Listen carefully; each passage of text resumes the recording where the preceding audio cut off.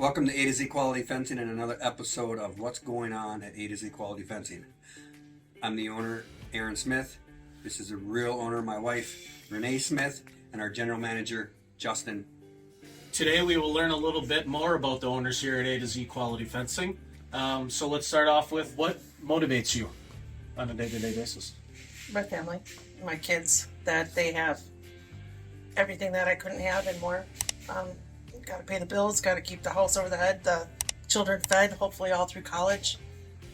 So that has always been my motivator. If I don't work, my kids don't eat. So I work, they get fed. You know, people don't understand when you own your own business, our paycheck isn't first. Everybody else gets paid no matter what. The business has to make money in order for me to get paid. So sometimes that means putting in those extra hours, extra time, especially in the beginning. I mean, now we're pretty self-sufficient, but I mean, we've been through two pretty dramatic times in history here with recessions and COVID, and it was nervous to keep things open, knowing that we both, 100% are on this, rely on this business. It's not like one of us have another job to rely on. So it is, how is this business going to survive? Because if my business doesn't survive, my family doesn't survive, and the kids of my employees. I don't just think about feeding my kids. I know all my employees have to have a paycheck so their kids can get fed and their families can take care of, and they have presents under the Christmas tree. So that's definitely my number one motivator. I think motivation is real similar to me. When we were younger, I was motivated that I was going to build something that was going to, my kids were going to be able to hand down to my kids, and that they were going to be able to accomplish more than I could. And so I feel like that's the process we're in, and we're still growing that. And I've said this for years. The biggest reason I think we're where we're at today was I was too stupid to quit.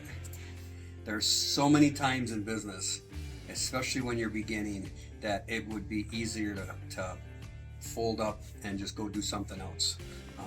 I have zero doubt I could have been a very good salesman in many different industries and not taken the stress and the pressure home with me and made a really good living. But that's not the way I'm built. Yeah, and to say that, I can remember one time being at a show, a salesman, somebody had just come through and they had offered Aaron a pretty substantial job. Hey, we just want you to be a salesman. Somebody that happened to stop at our booth, get a quote, met Aaron, talked with Aaron.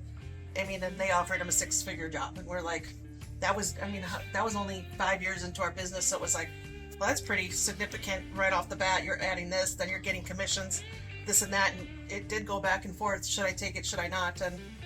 And I think it was the family being a business and having to be able to make your own schedule and work around your kids is what probably drove them to say, no, I'm going to build this business. And Yeah, we all appreciate that you did say that.